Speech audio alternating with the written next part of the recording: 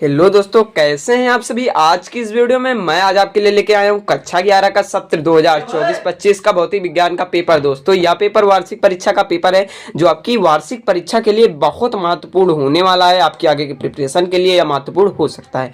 तो चलिए पेपर को देखते हैं। ये पहला दिया हुआ है। पहला प्रश्न, मनुष्य पर दाब सबसे कम लगेगा जबकि वह बैठा होगा, लेटा होगा, एक पैर पर खड़ा होगा, दोनों पैरों पर खड़ा होगा। तो उसका आपको जहाँ तक होने वाला है दोनों पैरों पर खड़े होने पर ये आपका राइट आंसर होने वाला है जहाँ तक मेरे हिसाब से। पृथ्वी के केंद्र पर किसी पिंड का भार क्या होता है। पृथ्वी के केंद्र पर किसी वस्तु का भार जो होगा वो आप कर लेंगे दोस्तों।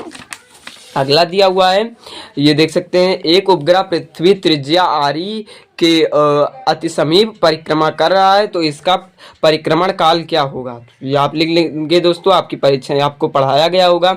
गैस का नियतांक का एसआई मात्रक क्या होता है। गैस का जो होता है मात्रक होता क्या है ये आपको बताना है दोस्तों। अगला दिया हुआ है, अनुनाद की स्थिति में दोलनों का आयाम क्या होता है, तो ये आप बता देंगे।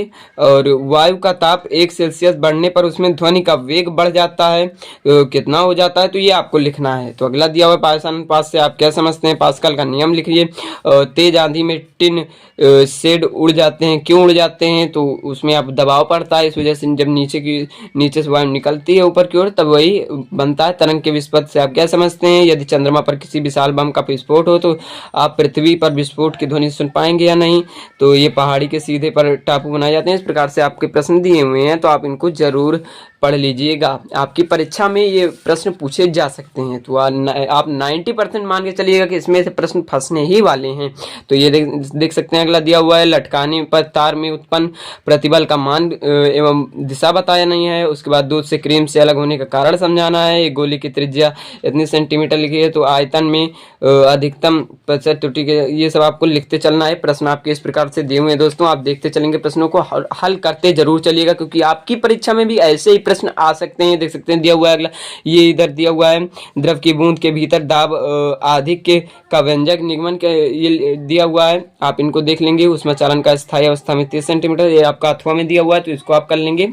नहीं, ये अथवा में नहीं, ये अगला प्रश्न है, अथवा में ये वाला प्रश्न है। तो अगले पेज पर चलते हैं दोस्तों। अगला पेज जो दिया हुआ है कुछ इस प्रकार से दिया हुआ है दोस्तों। अथवा में उष्मागतिकी का प्रथम नियम लिखना है। रुदो ये आपका प्रक्रम की व्याख्या करनी है। गैस के लिए परम ताप T एवं दाब P में संबंध स्थापित करना है। या आवर्त गति को का विस्थापन का समीकरण की स्थापना कीजिए। इसमें किसी ताप पर वायु में ध्वनि की चाल 0 सेल्सियस है तो ध्वनि की चाल 1.4 गुनी हो जाएगी। तो ये आपको लिखते चलना है। पेपर यहीं पे खत्म होता है। इंग्लिश मीडियम का प्रश्न है दोस्तों, आप अगर इंग्लिश मीडियम में होंगे तो आप देख लेंगे। तो ये पेपर यहीं पे खत्म होता है। पेपर कैसा लगा कमेंट बॉक्स में जरूर बताइएगा। मिलते हैं अगले नए वीडियो में अगले नए पेपर के साथ, तब तक के लिए बाय बाय।